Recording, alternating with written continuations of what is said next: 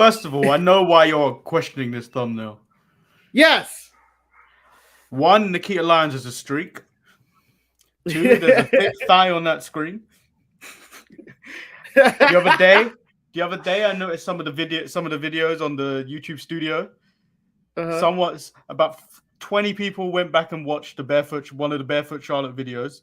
The fools. Those freaks. Me and my freaks. And then people like young girls being submissive to older women. I went after the freaks. Marcus. I went after the freaks. And it shows, and I can't believe Nattie has made a cut. I had no belief under God's green earth that Nattie would ever be a thumbnail on the show. Ever. And today I was proven wrong. Damn it. Although they deserve to get their ass kicked on the right, because that is Lash Legend set, and we all know it. And they changed it up and just made it white. That's all that happened. And I feel like she didn't do the kick properly for some reason, because there's no other good angle of that shot. No. Well, Eddie, have you seen the shot? They censored the shot. Because Lash Lyons, let me get their names correct.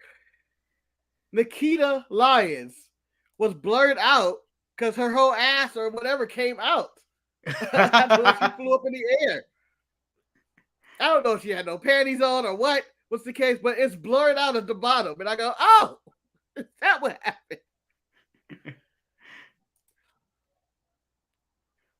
The attraction. Back on top. Well, they were already on top last week, but on top. Still on top. Because Mandy landed that B trigger. Male toxic attraction. I feel like they should team up now. They should be really Stockton Jackson Styles. They're too beautiful. These men are too beautiful. Beautiful men. Impact had the beautiful people. No, these two are the beautiful people. They're pretty and deadly. Here we go. That's what I name my penis. I can't get that image out my head now. Damn it. Pretty penis. Never have ever existed. Well, if you watch the best of, you'll learn that Marcus called his penis cool at one point. So we'll be back right after this. I'm Shotzi Blackheart, the ballsy badass, and you are watching the Untitled Manny and Marcus show. Remember to like the video and subscribe.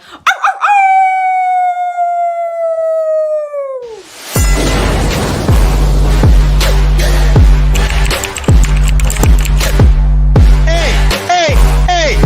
Oh! Check out the Marcus and Manny show. I hate you both right now. You guys are ridiculous.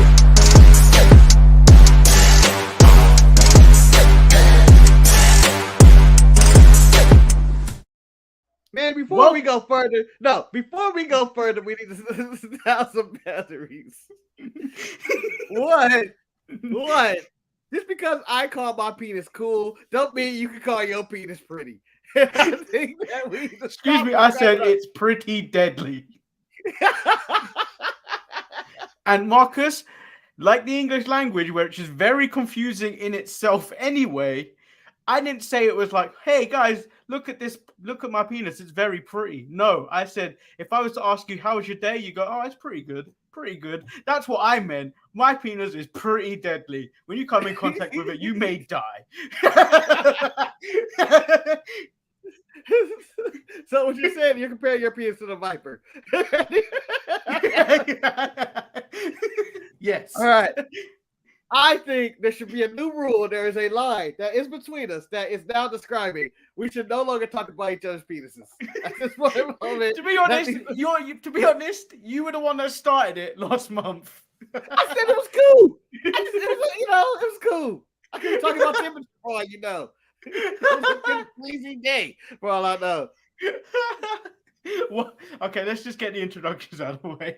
Welcome everyone to the Untitled Manny and Marcus show. And if you just heard this conversation, that was Untitled. I'm of course Lord Manny Hayes. He is Marcus the grand finale. And this is wrestling. Although I am, wearing this shirt. So it's many call it a Peter Foul shirt. The pedophile shirt. In America, we say PETA. Pedophile. You guys say Peter Foul. I like to think that when you say Peter Foul shirt, is that there was a pedophile. No, we don't say it like that. We say Foul. pedo. Pedo. Oh, pedo. Pedo. I thought it was pita, like pan. No. Okay. So how are you doing today, Marcus? Besides being assassinated about your penis. I feel great today. It's another beautiful day after a glorious week of wrestling and talking about wrestling. I am really ready to jump in to this 2.0 or this Dynamite as we play Dynamite Bingo and see who won. Okay. I enjoyed what you did with Dynamite Bingo. It made me more invested in Dynamite Bingo, Marcus, and I want to commend you for making wrestling feel better again. Yes, I made wrestling great again. Yes.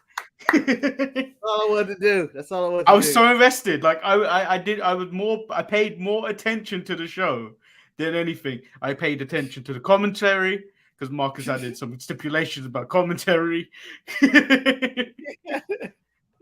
So how do you want to do this Dynamite review? Do we go through the bingo cards first, or do we go through the show and go through the bingo card? I say we go through the show, and then when you get bingo, Manny, if you do get bingo, you yell bingo. If I get bingo, I will yell, I got bingo. Okay. So we opened the show up with CM Punk versus Penta. This was a really good match.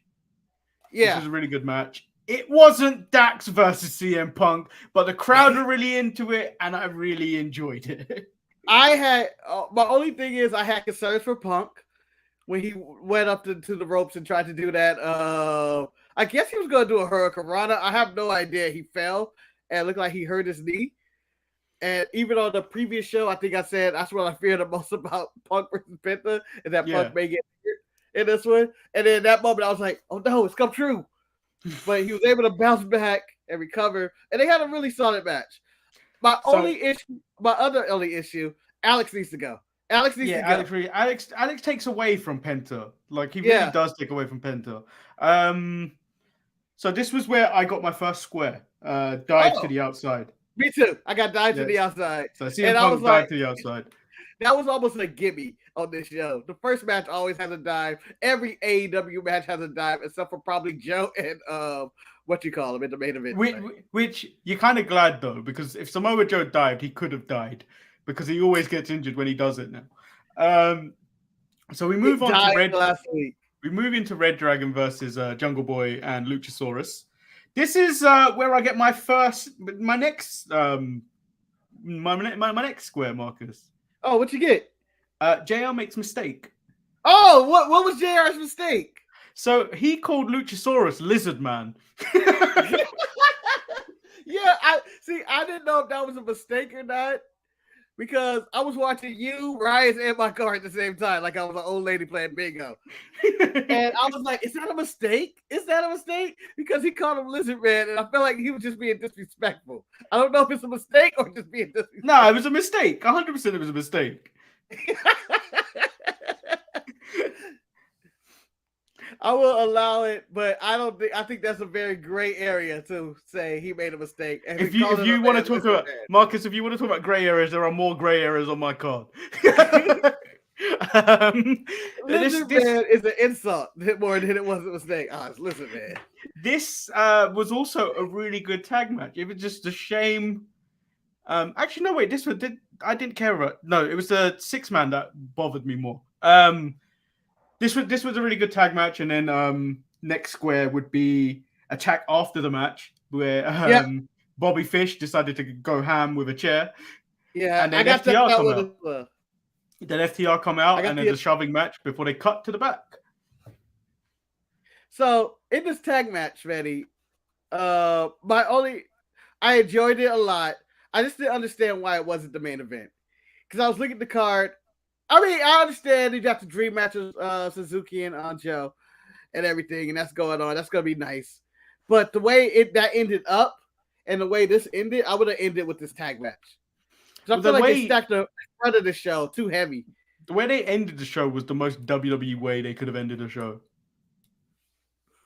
WWE pay-per-view bad ending, bad taste in your mouth, kind of like, wait, what? What are we doing? But we'll get to that later. But so far, Dynamite started off great, and my bingo squares are coming together. Although so I still don't think, I don't know if JR's mistake is calling him Lizard Man. That's an insult. To be fair, that's not the questionable part where I could have got bingo. So that part I will not argue. So I've hit some quick note hits. So I can see why you dislike Wheeler Yuta. Because when the Blackpool Combat Club hit that promo, if I was about to get fired up to watch a match, not that I really would care about seeing them face off against the Gun Club. The two vets did a great job of selling me on what they're gonna do to the Gun Club. Then Wheeler Yuta spoke, and I was like, He seemed like a little man who was trying to sound tough in front of his big friends and stuff. I just don't like this guy, and it could just be me again. And Manny felt a little bit of it too. He just doesn't fit. This would have been so much better with Danny Garcia. I'm telling you. Red Death would fit so much better with them. He fits so much better. I don't understand why we went this route. Thing is, Daniel Garcia wrestles so similar to Bryan Danielson, where it just needs a bit more polish. And I think he would have got that. You could have actually made him a better wrestler. Yeah. Bryan at this point got Blackpool Combat Club, and I was like, fuck. As soon as he did it, and lobbied to get Gun Club, but I was like, they never showed up. They can't mark that square. They never showed up. Darby calls out Andrade for a coffin match. So this is where I put a question mark. Because I have Darby does something dangerous, and he was riding his skateboard and he nearly hit a car. In his little video package. I am not going to allow it because that wasn't. I know it was considered dangerous, but it was a vignette. He was no, Marcus. That's unfair. He was skateboarding in the street. If skateboarding in the street is considered dangerous, there's so many people living a very dangerous life out there. Yeah, but he was swaying into that car. He was. When he almost got hit, I went, "Ooh!" Exactly. See, he does do something dangerous. I'm giving myself that one. I'm giving myself that one. So this is gonna have me be more clear with these boxes. Yes. You should learn. You should know beforehand. Anyway, I am those types of fools. It's Darby takes dangerous bump now. Darby takes dangerous bump. Okay, and then we get MJF. Oh, no, wait. I've got this as a quick hit. Malachi Black cuts a promo that, one, I couldn't care less about, and two, I had no idea what he was talking about in the first place. He went on and on. And again, I think I said this to Eric. I don't even know if I said it on the show. This man may have peaked in the Velveteen Dream feud in storytelling because he hasn't had a proper story since then, WWE or AEW, in which he just says nothing. He just says nonsense. It reminds me of Bray Wyatt in WWE, who did this better with speaking just about nonsense. And it made it seem like he was in a storyline in his nonsense. Malachi Black is just floating around in space. I feel like it's happening. He didn't even have his boys with him. He's like a kid that crayons on his face. Really upset with this. Like, this group should be so much better. Levi says Moriarty feels more ready than Yuta. He also has more charisma. That is 100% true. Yuta has nothing. Yuta has nothing. JK Smush, do you want to take this one? Good morning / good evening. As I return back from the 4th level of hell after PTO, I wish you all an empathetic fuck the Hulk Hogan Day. And shout out to Sounders for making the CONCACAF Championship League Finals. that the Seattle Sounders? That's MLS talk. MLS. If I'm correct. Blech. Hey, Manny, I know you guys are jealous that you don't have a Major League Soccer team organization over Marcus, there. as we watched that video yesterday, 2 days ago, of English football chants against American, Oh, don't do it. I am reminded of "Come on, Seattle, fight and win." It's the worst chant I've ever heard in my life. It's just not in sync. It's not in sync. Again, I would like to add they need more color in those events to get more rhythm and more people to make it look cool on those chants. Those people were really trying and they just weren't cool. They just weren't cool. You need people that can write parody at least to like songs or something. Manny, we are a young country and therefore we are developing still and we are developing our songs and chanting. I'm sorry, your country is possibly the capital of entertainment. We're young. We're young. You are the capital of entertainment. So we get to MJF versus Captain Sean Dean. Fuck you, Captain Sean Dean. Fuck you. Oh yeah. So on Dynamite Bingo, there is a specific square that said "Black Guy Jobs Out," and this is where we thought we were going to get that square. Yeah. I had it, and I was like, guarantee. As soon as it came up on the screen, because I always forget the card anyway, and I was like, MJF versus Captain, Sean Dean. I'm like, black guy jobs out. Boom. I'm going to just mark it. And as soon as he won, I went, nah! Want to tear up my card right then and there. I enjoyed this match, this segment, because I enjoyed watching Wardlow just maul through guys all the way to the end. I have a problem as a man, not a wrestling fan, as a man, what Wardlow did to one person. When Wardlow was taken to the back, he took one of them and used him as a bowling ball to knock down the other security guards in the back. Like after Raw, when I said I'd be mad if you threw Dawkins at me. If you threw me at other men to knock them down, that's it. That's it.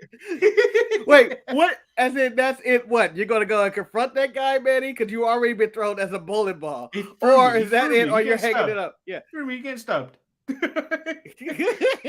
Manny, God, I think even with a knife at this current moment, if a man can throw you into other men, now he has a knife that he's throwing at people, Manny. That's attached to another man. He's forgetting that I am also a lethal weapon, Marcus. While he has me grabbed, I will stab him, and he will never know. Yeah, Manny, you're such a lethal weapon. He used you as a bowling ball already. I think that you have lost your lethal weapon status. Martin Riggs is coming by and was like, no, bro, you can't be calling yourself a lethal weapon. Steve Blackman look at you. You can't call yourself a lethal weapon if someone's throwing you at other dudes all day. Kane is back and he says it was always nice to see Manny wearing a 3 Lions shirt during an MLS talk.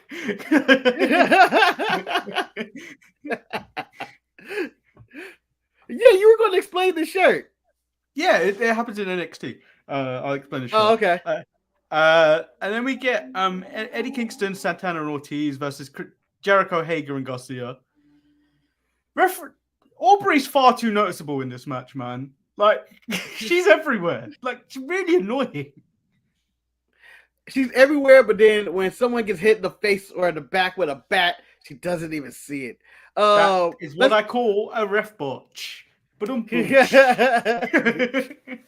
there's my quick turn. And there's my square. She did a quick turn when she saw it. She was like, oh, I wasn't supposed to see that. Why are you even looking in that direction? Tell her you guys are going to cheat. So I got ref botch and then I got trios match. So those are my 2 squares in this segment. Yeah, those are fine and dandy. I hope you're happy with your decisions. Damn it. I was enjoying the match till they did the end. I just feel like all the tag matches, everybody's fighting 2K rules. I think everybody's been playing too much WWE 2K, which you just run off to the other side and beat the partners up. Bobby Fish was doing it earlier. This match they were doing it. I believe in a Keith Lee tag match they did it earlier. But Manny, you failed to mention the funniest part of the show. I felt like on Dynamite is when Jericho gets off his little plane. That was not your kid. And then do you steal shoes, Marcus? That's the real question. Yes. Do you steal shoes? Yes. I'm taking shoes. You take shoes. And when they took shoes, we're just shoes. We're just shoes. They took them. I don't even know why they weren't on the plane. Exactly. That's the other thing. Why weren't they on the plane? But they got mugged and they lost their shoes, and then they came out in the match with the shoes around their neck, which was nice. I enjoyed it.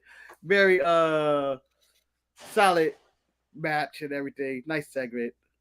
I got on my card singing Judas on this one. Oh yeah, I got that too. And I think during that, it was during one of those segments someone said shit. No one said shit. I thought I was looking for it. No one said shit.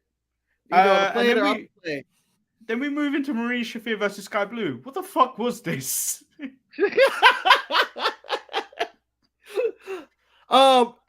As much as you want to criticize the end of the show with the big guy coming out and attacking, this is the worst part of Dynamite right here. This was the absolute worst. There was no need for this to be on national TV. This was terrible. Like, it was an unfinished product in Maria Shafir. Like, even her music seemed like it wasn't finished. It was just a bell going off. It seemed like there's no more to this. All right. And then you get to the match, and 90% of the time, the commentators and the camera are focused on the baddie section, which I still don't understand its purpose in the world. It's to increase the thirst trapping, I feel like, because she asked people to tag her for people that want to be in the baddie section. So when you see Jade Cargill's mentioned, you go, whoa! I guess. Okay. It just seemed like that. And then now that straight from your mama's kitchen, Manny, Red Velvet has joined the baddie section. And Kira Hogan. Oh, Kira Hogan was there too. I didn't see her there. Yeah. She was next to Red Velvet. Damn. It's nice to see Kira Hogan doing something. Yeah, they dug her up. They dug her out to be eye candy. But this felt like AEW Dark, right? This whole segment, it was just terrible. It was a bad match. And Roddy, get your wife. Get your wife, Roddy. Get your wife. I mean, Sky Blue tried. Teach her a backbreaker. Sky Blue tried. Did she, Manny? Yeah. Nothing about this was appealing. This was a problem. Sky Blue could have been a thirst trap. Yeah. No, I understand your lie. I understand where you come from, Manny. I understand the angles you're trying to find here. I come from the gutter. The gutter. Came from nothing, now he here. But this segment did deserve to be on TV. And this is basically your one woman segment of the week. Really disappointed that I didn't get. Actually, no. I enjoyed the other women segment in the back. Oh no, I enjoyed that segment. I'm talking that about was more fun. I found that was more funnier than the plane. So I'm up 2 buys of this. So basically, Thunder Rosa is being interviewed in the back, and then Tony's hyping up that 316 day in San Antonio is now Thunder Rosa Day, which no one will ever celebrate. No. And then Nyla Rose and Vicky come out with a cake, and then Thunder Rosa says, "You think I'm stupid? You think I'm stupid? You gonna throw this cake at me?" And then she smashes the cake in Nyla's face, and then Nyla leaves. Nyla makes her pay for it. Yeah. I was like, yeah, you are stupid, Thunder Rosa. You are stupid. You think Nyla Rose needed a cake to beat your ass? But then the best thing is, joke's on you, heifer. I like cake. No. And I was like, what? Why is this segment perfect, exist? man. Perfect. Yeah. 1, Thunder Rose is stupid to think that Nyla Rose needed a cake to attack her. 2, I got a bingo square for interview interrupted. Finally. And I was happy that she got her comeuppance because she threw that cake in her face. It acted like a delicious cake. Looked like a delicious cake. It did. I It love looked, that cake. It And looked, when the she icing said, was "I like great. cake," yeah, I like cake, bitch. When she said that, I was like, I like that cake too. That cake probably was delicious. And if there was a cake to be smashed in my face, it would have been that one. So Bought yeah, a birthday Keith cake Lee- this morning because of that, man. He bought a birthday cake this morning. No one cares. It's not my birthday. Just eating it for breakfast. Marcus, you're an adult. You can have whatever you want for breakfast. I know, but the idea of buying a birthday cake and just putting it in your house, even though it's nowhere near your birthday or anybody you know birthday, just be like, what? I want a birthday cake. Marcus, do you want to know what I used to do when I worked in a store? Go ahead, Manny. Tell us how you ate birthday cake. If I or one of the staff wanted cake, we would accidentally drop it and bring it upstairs. When I say accidentally, that was the most carefully handled cake being put to the floor. It's like, oh no, it fell. We got cake, guys. We got cake. Yeah, best manager ever. The manager, Manny the manager, gives everybody cake. You know what, guys? It ain't nobody's birthday today, but bang, we dropped that cake on the ground. Birthday for everybody. Floor cake. Here we go. Let's go. Then we get Keith Lee, Swerve versus Powerhouse and Starks. Speaking of cake, Keith Lee, if I see you near a fucking cake, man, if I see you near a cake, man, I swear to God, we're going to fight. I want you to eat healthy. I want you to look at Walter, okay? Look at Walter. No, don't look at Walter. He's looking dangerously unsafe. Walter looks bulimic right now, or anorexic, or whatever you want to talk about. He has abs. Walter has abs, man. You can't be bulimic with abs. Marcus, have you seen his neck? Have you seen his neck? I can see all these things here on his neck. I don't need to see them. That's the neck of a man, Manny. That's the neck of a man. That's the neck of a man. No, it just it draws me attention to attack the neck. Anyway, Ricky Starks is extremely over here in New Orleans. It's his hometown. And... Everyone is over except Swerve. Like, come on. Come on. Listen. When they came out, Hobbs came out, there was a cheer. Starks came out, big cheer because it's homegrown. That's fair. Swerve, silence. Keith Lee, yeah, bask in his glory. You see, nothing has changed with you, Manny. Nothing's changed. The man has went to a different company and you're still attacking Swerve. Swerve is a good wrestler, damn it. He's a good wrestler. I still feel like he's coming out shucking and jiving, Marcus. I still feel he's like shucking he's and doing jiving. it in his entrance, he's still doing it. Man is not Manny, interesting at all. Okay, but Manny, I'm going to ask you something. I got to ask you something. It's a very personal question. I know we have a bunch of personal things to talk about to start the show, but this is a very personal question I have to ask you. Manny, how about that dive? He jumped off Keith Lee's fat ass titty and moonsaulted onto the outside. That's not difficult. Come on. He used him as a trampoline. That's nothing. There's nothing. Sin Cara's been. If you that makes Sin Cara's jump and Reggie's jump into the ring more as impressive. What? You just basically you're calling Keith Lee Winnie the Pooh that he can do an animated stomach trampoline or something. Yes, I did. Or he's Poe from Kung Fu Panda or something. How dare you? Although the man seems to be getting that big. And I was upset with Tony Schiavone, who I was like, man, that's a mean fat joke. When he was saying, do you feel that? When Keith Lee walks, the whole fucking room shakes. And I'm like, oh, man. That's the meanest fat joke I heard. He's so massive. Jesus.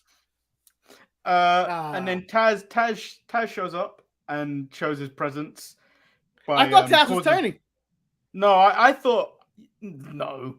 I thought he looked like because he was auspiciously in the way for when they were like, "You're ready to throw." He's like, "Move, Taz." I was like, "All right." I don't know. He just felt like he was gonna turn it this night, but he didn't. And then I thought we were getting a main event, Marcus. But it seems like I just tuned into ChopCon 2022 because that's how this match opened up, and it was deadly. These two men, their chest was completely red. Okay, before I go into this match and talk about how much I enjoyed it, I do have a critique. And, it's nitpicky, but it is a critique. In the opening match, Penta and CM Punk started the match the exact same way as this in Chopathon 2022, in which they chopped and it was like, oh, they went up for a bit, and then they had a little brawl and stuff. And then at the end, Suzuki and Joe did basically the exact same thing, but for the next 20 minutes. Yeah, 100%. And then it just ended. I felt like it ended really abruptly as well. Like it just kind of did that. Oh, here comes the muscle buster. Oh, it's over. Yeah, Joe should have took care of this old man minutes ago. He was having a hard time. I don't know why his offense was attack him the way he wants to be attacked. Chop him. No, you're going through old man's cardio. If you ask me how to approach this, I take old man's cardio. I take the air away from him and I land one big move. That's how Joe beats Suzuki. No, Marcus. You want to beat an old man? You go for what hurts them the most. You go for the joints. You go for the arthritis points. No.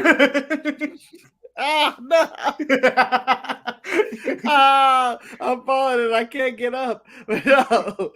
I enjoyed the match, but I didn't think it should have main evented.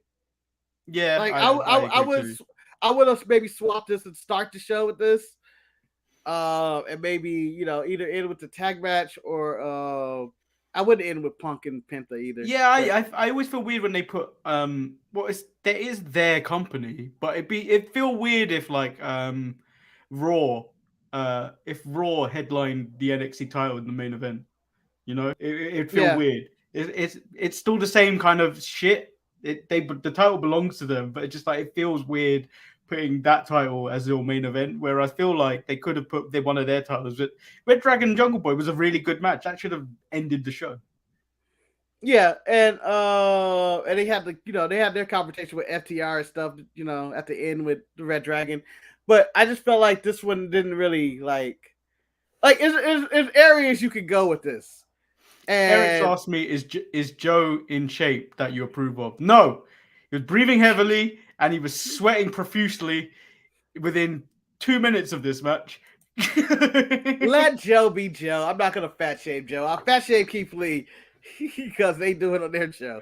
I'm not fat shaming Joe. And then I said I had a sketchy bingo, Marcus. I said I had a sketchy bingo. All right. They were going through the show. I think for Rampage, Dynamite next week, Battle of the Belts. They mentioned in that package Dr. Britt Baker, DMD. Therefore, oh, you can't even see it. No, I cannot see your bingo card, Manny. And no, I am rejecting DMD. She was not on the show. Or did she do the DMD? Or the crowd didn't go DMD. That was just a random reference out there. So I am avoiding your bingo.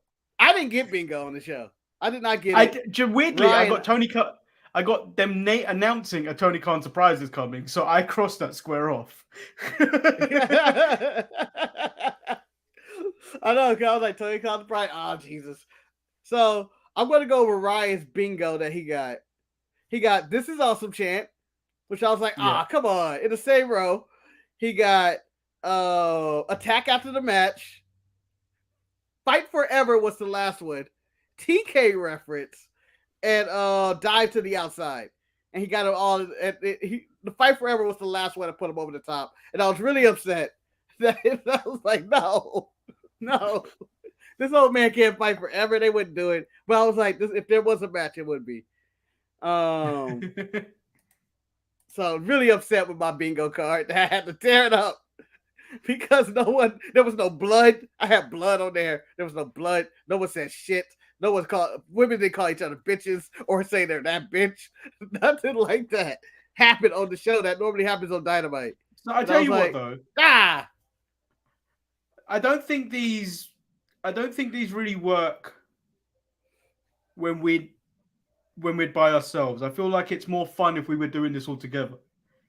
Yeah. So I think when we do a watch along, when our next watch along happens, I think these are going to be really entertaining for us all together watching the show at the same time with bingo cards. Yeah, especially in the fuckery that is WWE. It's probably our next watch along. It's probably And then how me and probably Eric will try and interpret the rules and try and bend rules. But let's talk about the end of the show. It fell flat. Sanjay and Jay Lethal are ringside for this whole match. They have a box. Jay Lethal flips off the box and flicks them off like a child. All of a sudden, the lights cut off, and you go, "Who is this? Who? This is a debut. It's Something Singh, former basketball player, doing his best Omar / Senga / Beer or whoever else out there impersonation. A Giant Gonzalez impersonation. They take out the new TV champion Joe, and everybody's left puzzled. What was that ending? Because that can I point out why? I don't know. Can I point out also good show? Why, terrible ending. Why I hated this is even more. You know when the lights go out and it's the Undertaker. You know he gets in the ring really quickly, so the lights aren't really out for that long.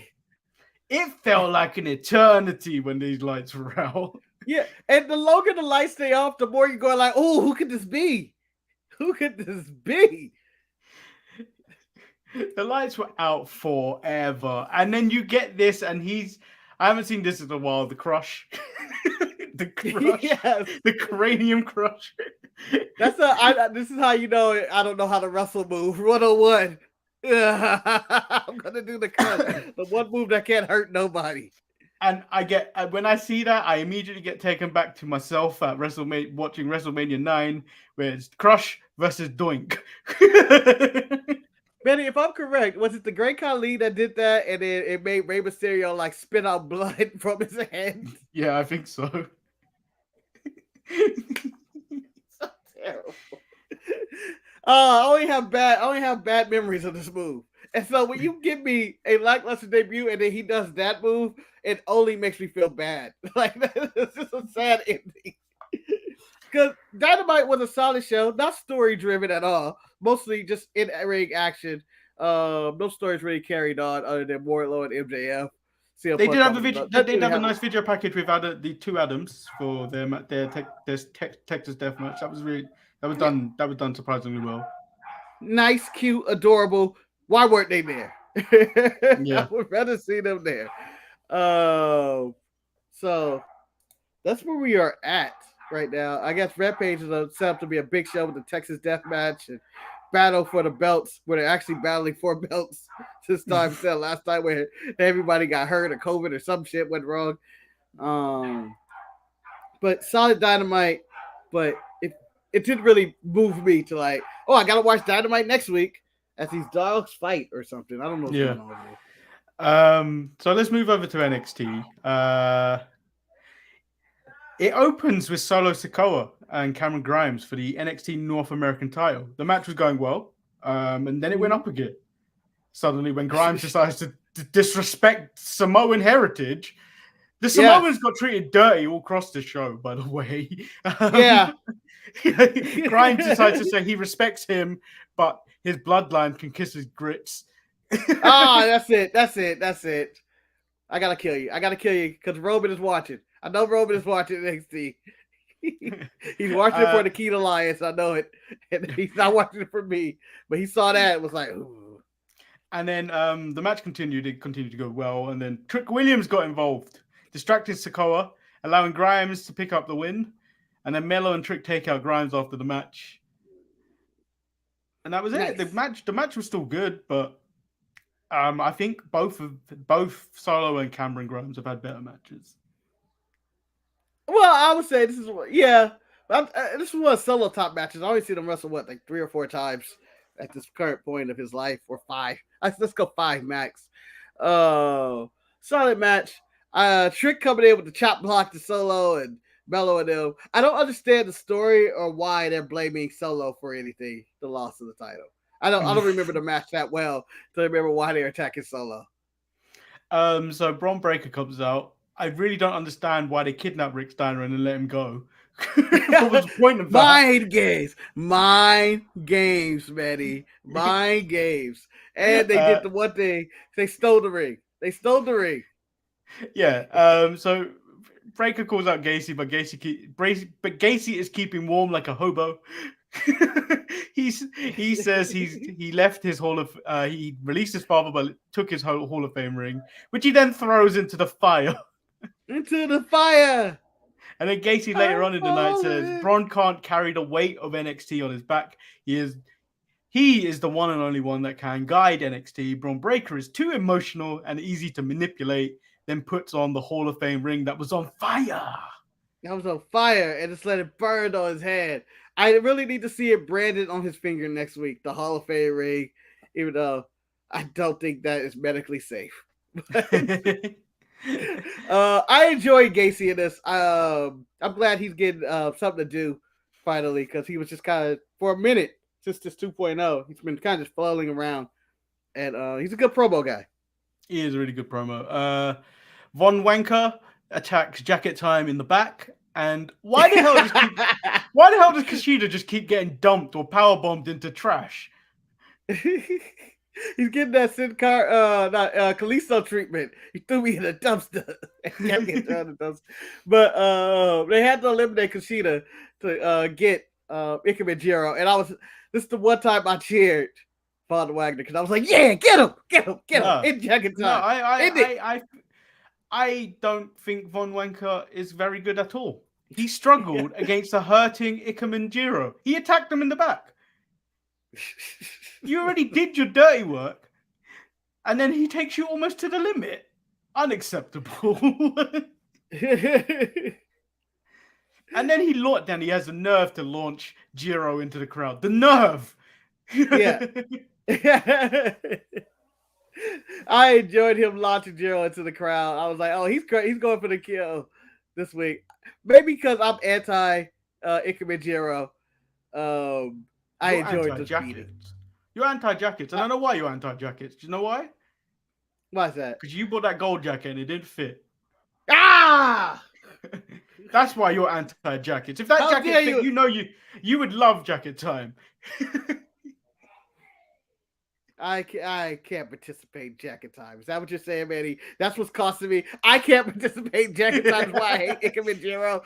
No, I hate Ikemen Jiro the same way I hate Willie Yuta. It's the same. They teamed together and they just went off to an island and just wrestled each other for all eternity that I'd never have to watch. I would be okay with it. Just and then we get the Nikita Lyons interview. Where she says Lash does a lot of trash talking. She's athletic as hell, but she doesn't need to prove her anything to Lash. She needs to prove herself to the WWE Universe, which is when Lash Legend appears and strikes and boots Nikita Lyons into the Phantom Zone, where I believe she saw a young Dominic Mysterio being powerbombed. I feel like their universe is connected somehow, and they passed. In the NXT Multiverse of Madness, she kicked into one of Doctor Strange's portals and fell right to Dominic's powerbomb. But the best part of this, Marcus, wasn't even the boot. It wasn't even the boot, Marcus. It was the censoring of whatever Nikita was wearing. No, it was the fact that Norman Smiley shooed Lash Legend away. Like, get out of here! Get out of here! He needed to shoot her away with the big wiggle. I forgot Norman did show up in this one. I remember going, it's Norman Smiley. Honestly, my favorite backstage agent to show up is Randall. I was like, he looks the same. He looks the same as I saw him 20 years ago. The thing is, I'm gonna go back and do research. Give this man some tights and give me. I don't know how old Norman Smiley is, because he's looked the same for the entire time I've ever known his existence. Probably about 30 years. Looking at him. I'll be damned to look up to find out he was in his 20s when I first saw him in WCW. I would hate to look it up because that man looked like he was in his 40s 30 years ago. Then we get Dakota Kai versus Mandy Rose for the women's NXT title. I love the bit where Mandy went, Dakota has a lot of voices going on in her head, but none of them are whispering to her that she has a chance of taking her title away from me. That's so harsh. Yes. Mandy did okay. It was a solid match. You know, they got through it. Mandy has improved. With Mandy. Do you remember that I think it was 2 WrestleManias ago now where Mandy slipped at WrestleMania? No, that was at Saudi, right? Or was it WrestleMania? No, that was at WrestleMania. Mandy has come a long way since that, and that match I think may have had more to do with Dakota Kai than anything, but yeah, Mandy has improved so much in that match. I believe it was the Tampa one, right? Yeah. When she slipped because it was raining. It was raining, and then they had then WWE had their fuckery of storylines of her falling down, and that ended up being Nia Jax's hole. Oh yeah. Main thing about this match, I really enjoyed the finish of this match. I thought it was satisfying. The titles getting caught by Dakota Kai, and then getting V-triggered into her face. Yes, I just thought it was well done. I went, "Ooh, that was satisfying." I don't know why. And, I will say one thing. I said it about Britt Baker. You need to put Mandy Rose in a cage. Mandy Rose needs to be in a cage. You keep Toxic Attraction away from this ring. Yes. That's where we lead to the next takeover. Mandy Rose in the cage. Not even a match. We don't even say who she's wrestling. Yeah. Mandy Rose. I want to put in the same cage Rick Steiner was put in. But yeah, I enjoyed the match, and I was like, oh, it's good. The gauntlet needs about an hour of main event time, but apparently it needed like 40 minutes still. Yeah. We had a lot more to fill in the show. And then Tony D tries to pay off Legado, and he was like, nope. So are they turning Legado face in this scenario? I don't know, but I like the fact that he felt it and was like, that's not enough. Okay. So I know I'm jumping ahead. I thought I heard something wrong earlier in the show when Vic Joseph called one of the Del Toro. And then later I learned they actually changed Raul Mendoza's name to Cruz Del Toro. What? When? Yeah, he has a new name. They changed it this episode. And I thought I was tripping when I heard him say it. And I was like, what? That's Raul Mendoza. So whenever there's a name change, I have a feeling somebody's main roster bound. Yeah. It might be Legado. I would put Legado and then team him with the Los Lotharios. I know that's like putting the same, Hispanic people together and whatnot and everything, but it would help him. It would help him a lot. And then we learned that Nathan Frazier's coming to NXT. The pillage of NXT UK. The new NXT, yeah. I'm telling you guys, the new NXT is NXT UK, and the call-ups are coming from there. All the call-ups. The call-ups coming quick and fast as well. Yeah. I would if Di Familia showed up on NXT 2.0 in the next 2 months, I'm expecting it, to be honest. The Iconics, the fake Iconics, suggest that their men should be a tag team. That happened. The end of the Mandy Rose match. Wendy Chu sprays everyone, and they reacted like she sprayed acid on them.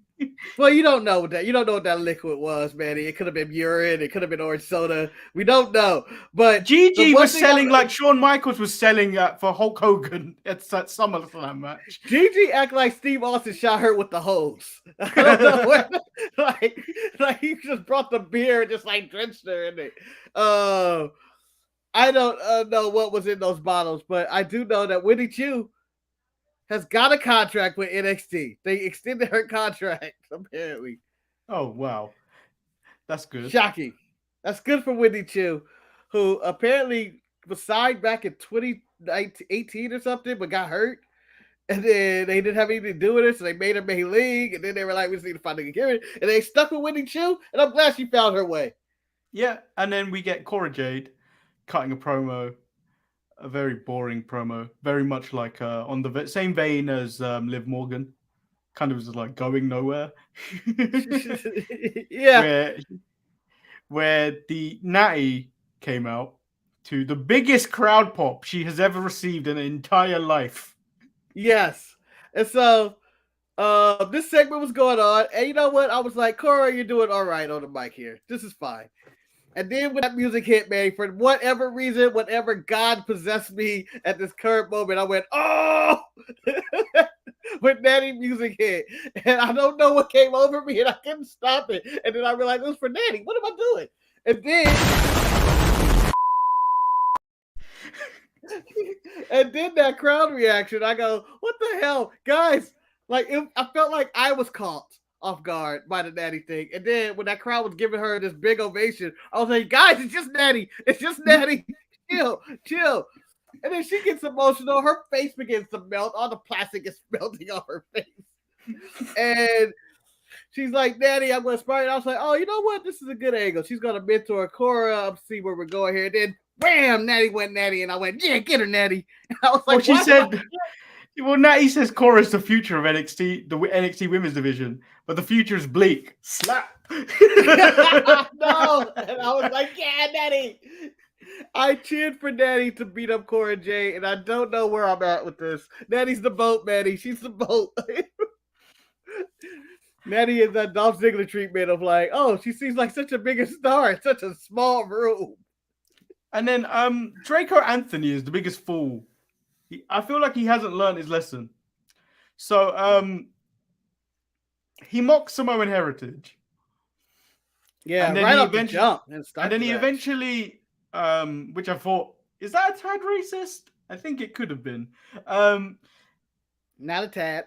But I feel like he hasn't learned. Because this really just angered Zion Quinn to beat him up. And then he eventually losing the match. But a few months ago, he was doing well in the match. And then he's decided to touch the Chase U flag. And then that angered Andre Chase. And he went to another level. Draco Anthony is the biggest fool in NXT. The king of fools, Quasimodo, if you may add. Yeah, he just got his ass whooped kind of in this match, basically. I felt like this was the end of the storyline. I don't even know where we're going from there. Yeah, like because I thought they were teasing the Gacy thing. Maybe he'll help Gacy out in the title match that he's going for. I don't know, but it does. It seems like we're over. I'm not getting my great Tatanka Lex Luger reveal that I wanted. Because he just beat his ass. And then we get the gauntlet match where it starts off with Dynamite versus Legado, which was really good.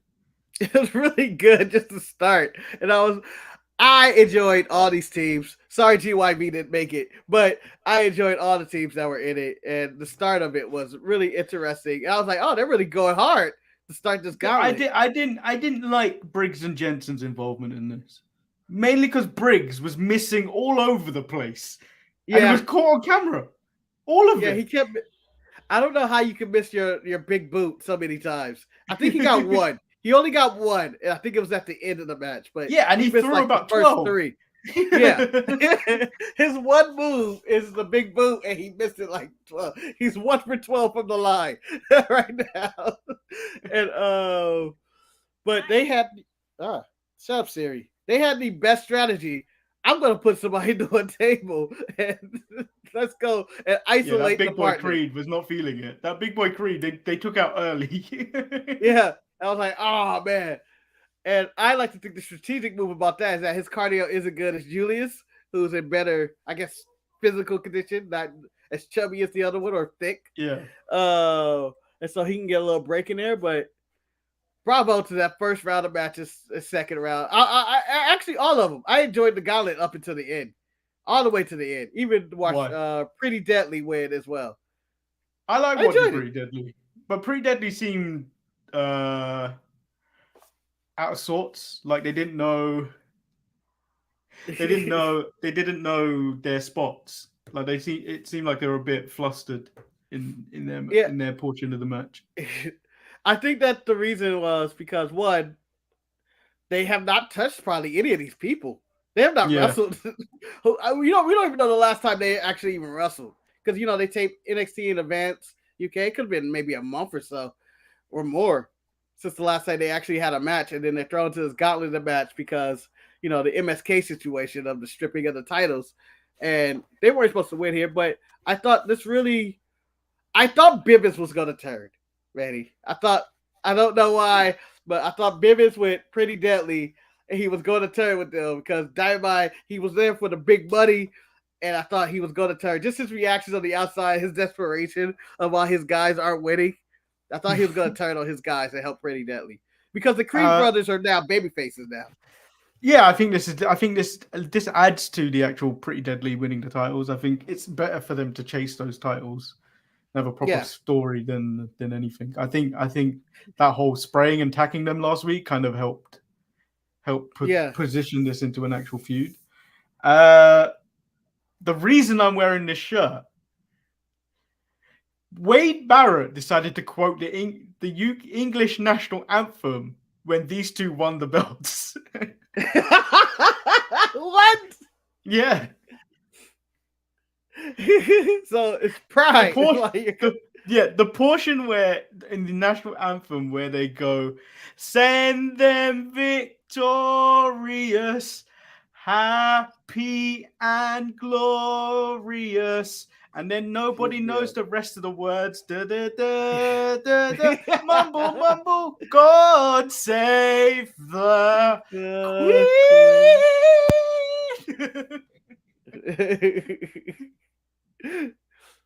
Really nice. It was, that's hilarious. But glad he took nationalism into this and supported these L's. He's 30 dastardly hills here. But NXT, again, I'm going to say my most complete show of all the shows. It just seems like everything's connected in a weird way. Like the storylines are separate, but everybody's connected. Everybody has a goal. The stories are going on, whether you like or dislike. The matches were fun this week. And I thought, it was the hardest show to beat. AEW had a lot of great matches, but it just felt like the storylines aren't there. They need to go back into creative and find some storylines. Yeah, I'm not. The thing is, I'm not a fan of matches just happening. Yeah, for no purpose. There's no, why I need something to make me feel invested, other than these two are just going at it.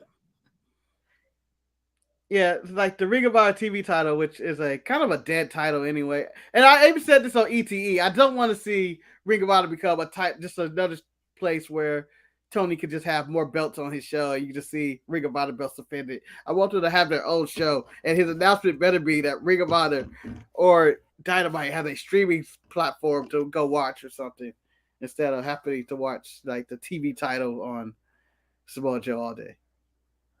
Well, make sure you go watch ETE, because that is the lowest rated show on the show at the moment. I feel like people are listening to the threat of the lack of audio for Eric's show on Saturday, because that is up to like 52 when I last checked.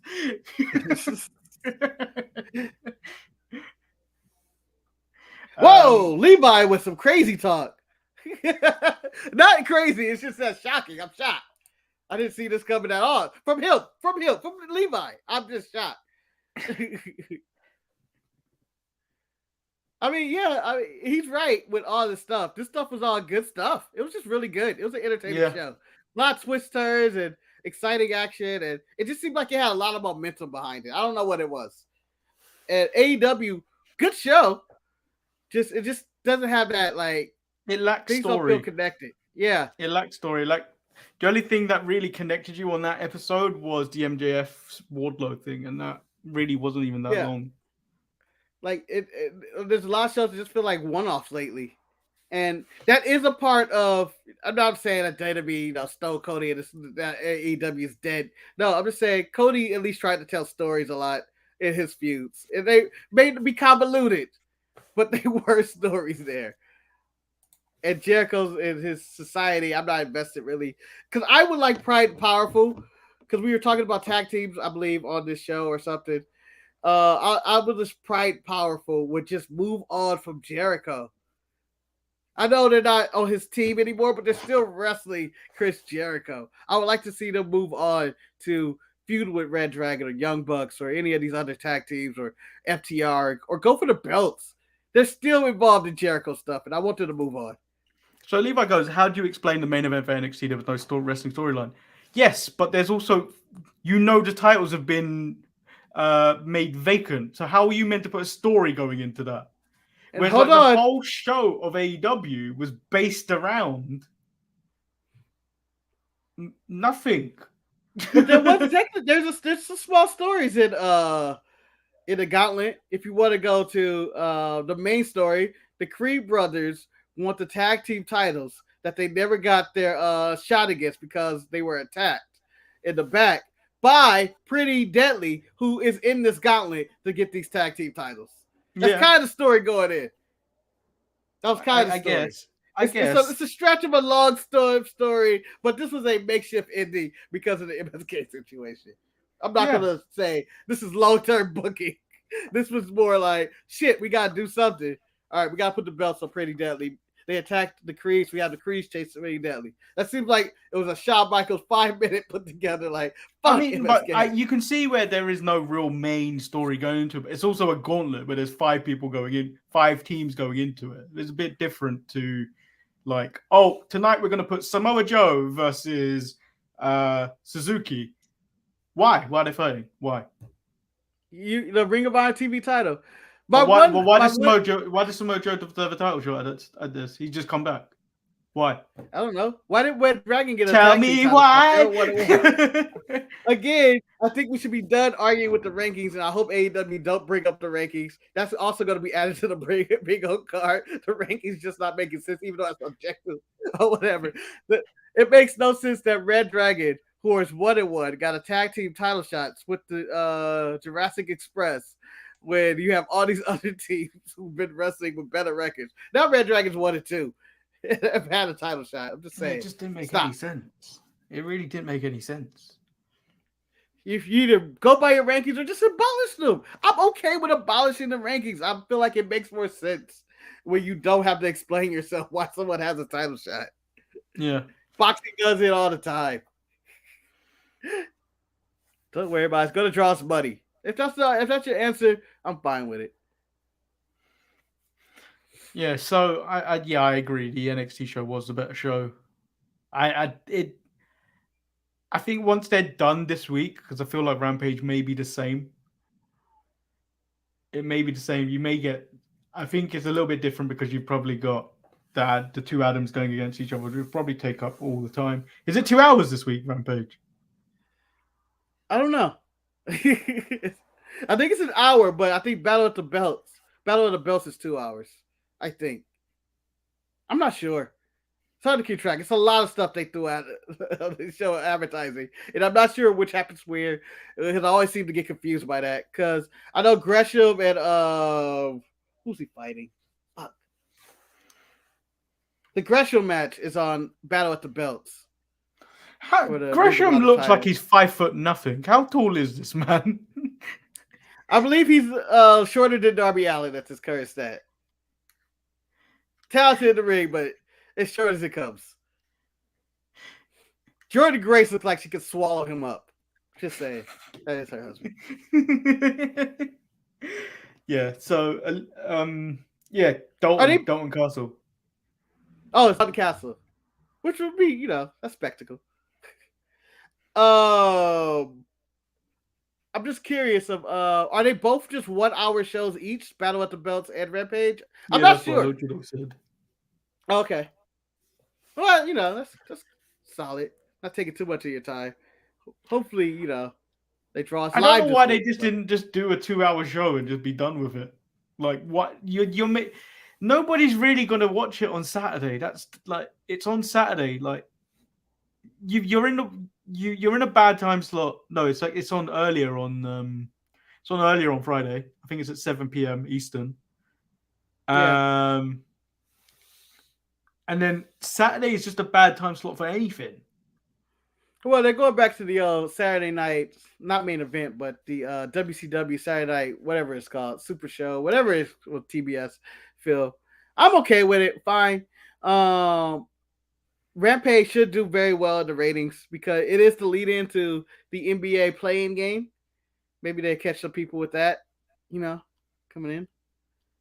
So we'll see. I'm just saying, I'd rather watch SmackDown live. If I'm having to stay up late to watch something, I'd rather watch SmackDown.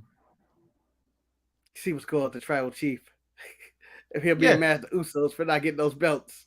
If you're staying up till 1 a.m., you're going to stay up till 1 a.m. to watch wrestling, and you've got one option, AEW Rampage or SmackDown. I'm taking SmackDown every time.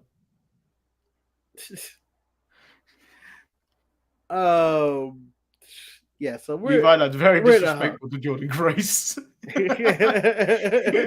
looks like the teapot from Beauty and the Beast. Mean. Just mean. How dare you? No, she looks like the mum from The Incredibles. She goes in and then kapow! Oh, you know what? I mean, Mr. Incredible got the thickest wife in a superhero game. Like, I know it gets his attention. Here's a girl. Not with that ass. Aludra Look says AEW has been on fire for him for the last few weeks. But it feels too indie at the moment.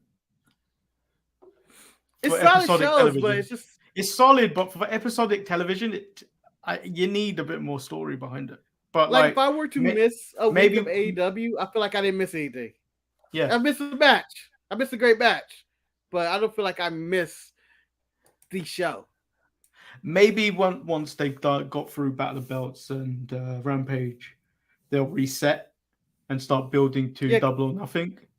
Because we haven't had much build toward that. Because we got to get through this Adam Page scenario. We also forgot to mention Dan Lambert and his crew were talking shit about something.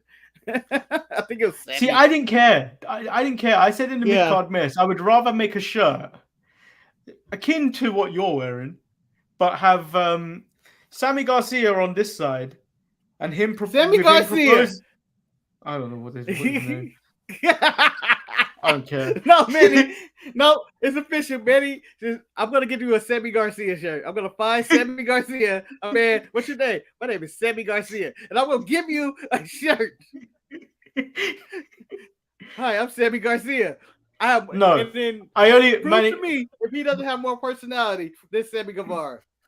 Sammy Guevara proposing to his ex-fiance. I wanted all of them to be wearing that shirt, much like that.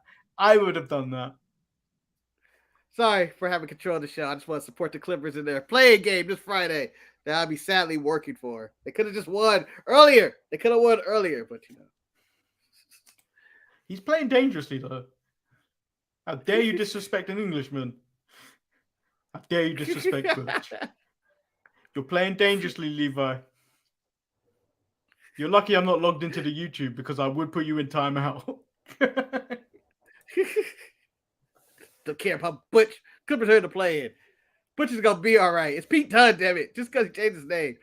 As someone posted earlier about the name change, it was like, oh man, I wish Vince McMahon would have left the Prototype and the Thiamin alone and let them be who they were. No, I like someone posted that. I think Walter said in an interview. Gunther said in an interview, if my name was Gunther from the get-go and they changed it to Walter, everyone would have been mad.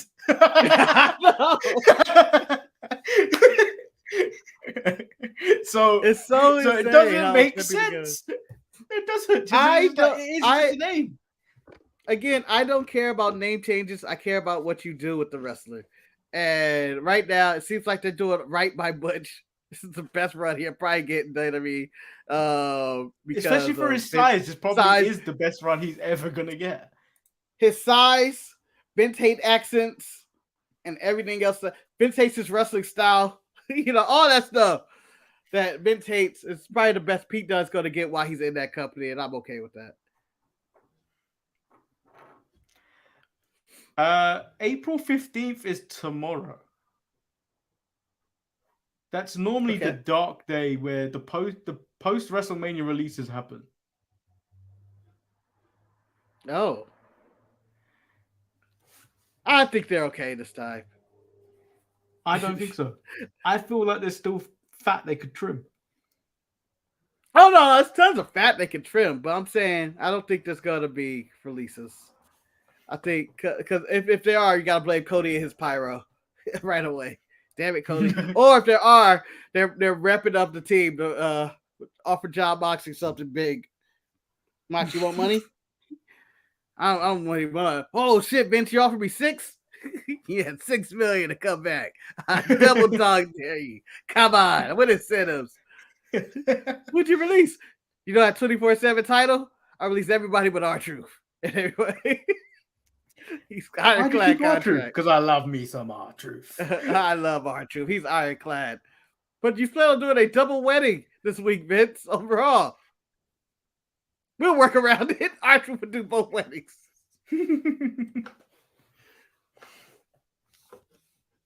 So that is it. That is it for the show. Tune in tomorrow for Raw is Retro, coming at an earlier time, I think. It's a recorded show, people. We're just gonna have to accept it. Yeah. It's a recorded show. There's no point me putting it out at this time.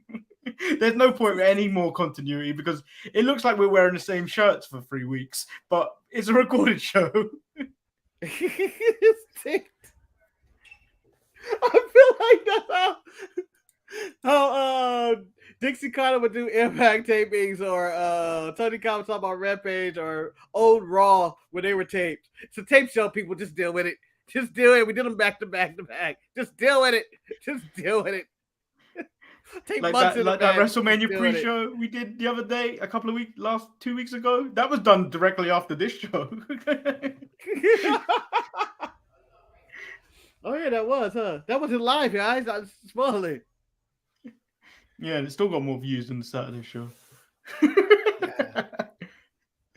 It did actually very well. It did more views than any of our shows, but it was WrestleMania. Everybody was fiending for it. The whole world was watching wrestling at that point. And if you would like to create weird accounts to subscribe to the show, I'm not going to tell you not to, because I potentially want to get this Last Dragon watch along done as soon as possible. So across somewhere, so I can get it done and dealt with. I don't want it lingering. Man, you're gonna find out. You're gonna find out you like green eggs and ham, and you're gonna find out you love Last Dragon and why you eat your green eggs and ham. I'm just saying. That's what's if I don't like it, I'm gonna unsubscribe from the show. Oh, absolutely, you're not gonna like it. I'm just gonna say you're probably not gonna like it. It's old. It's ridiculous. It's over the top, under the top, underwhelming. But it's hilarious. Illusional said this watch along was 2 years in the making. Yeah, let's call long-term booking. It's like Okada and Zack Sabre Jr. right now. It's gonna happen. Or Ospreay and Okada. He's gonna beat him one day. A shout out to Pretty Deadly, because they won gold, unlike Zack Sabre Jr. You disgrace. You disgrace. He's a disgrace to the country. No. You disgrace the badge. Long live the Queen. Long live the Queen. And on that note, we took that a serious message too, because it's going on. It's still going. But yeah, make sure you do spread the word. It doesn't cost you a thing. Just put it on your socials if you have it. Get your kids to subscribe. Yeah. Not like any of this content is kid friendly. We swear all the time. Talk about penises. So Manny, are we doing Dynamite Bingo, or are we just saving Bingo for the watch along? No, we might as well do it. But I feel like it's a bit difficult to do. We're all in different rooms, different time zones, and everything. Yeah, it's difficult to do like that. But like, I feel like if you subscribe to the show enough and got more people to watch it, we could take time off work. We could quit our jobs. We could do watch-alongs all the time and play Dynamite Bingo with you. All day, forever. It's like the father you've always wanted. We will be with you all the time, helping you, guiding you, leading you, manipulating you. We can be the voice in your head. You will never be alone again. If we could quit our jobs and you get us enough subscribers, just say it. You'd never be alone. It'd be so much content. So much content.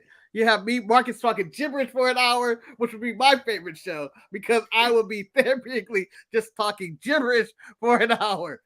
You thought Triple H was bad at the start of Raws in 2003. You're gonna cut 1 hour You ain't promos. seen shit. Yeah, you ain't heard You're gonna shit. cut 1 hour promos. All about how we got 1,000 subscribers, and then use that as my campaign to run for president. And then his second episode will be I got hoes. I got hoes. Marcus sings the hits. Yeah. Without any backing music, because we will get copyright strike. Yeah, I'll figure out. It'll be original music, but unoriginal music. Instead of hoes, I got trolls. I don't know. I got trolls. And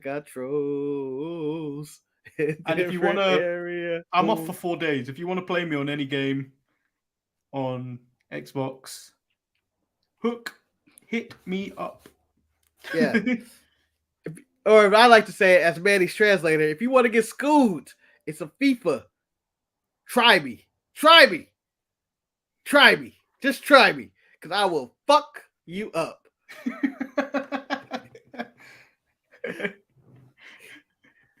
And bear in mind, you get the unfiltered version of me playing games. I turn into an asshole. If you thought I was an asshole now, wait till we get into the gaming arena. Speaking of which, AEW, I want to pause you for a minute. Kenny Omega, whoever in charge of AEW games, wait. Don't force this game out in September. Don't do it. Well, even Kenny said it wasn't ready. They still got things to work on. Yeah, well, if the target day is September, you can wait. It's no rush. Just wait, okay? Just wait. The only footage I've seen, the graphics don't look like it's there yet. And if you think that's the finished product, then you're going to get shit on by the gaming and wrestling community. So just wait until it's ready. Don't force it out. Yeah, they just need to perfect the game. Perfect the game. I didn't like the initial trailer where Kenny looked like he was wearing a bodysuit. Like it looked like he looked like Giant Gonzalez. It looks like PlayStation 2 graphics. No, I gave them a pass because they said they were planning on having it like No Mercy. So I gave them a little pass, but like you need to update the graphics a little bit more. But then it got better with the second bit of footage they put out when it was Darby Allin and Jungle. Yeah, Boy. But that wasn't actual gameplay. No one's seen actual gameplay. Yeah. That's a cutscene. Those always look good. So yeah, you don't know how this game is actually going to be, but like, I'm glad WWE 2K22 turned out the way it did. Yeah, actually a fun game. Shocking. Surprising. 2020, it was a failure. That is true that 2020 is the worst year ever for anything. We should have known how bad 2020 was going to be when 2K20 came out and everybody was like, this is a disaster. I remember buying that and being bitterly disappointed. I took days off from work to play it. Fucking waste of time. All right, let's end the show for real, Manny. Here we go. 3, 2, 1. Bye.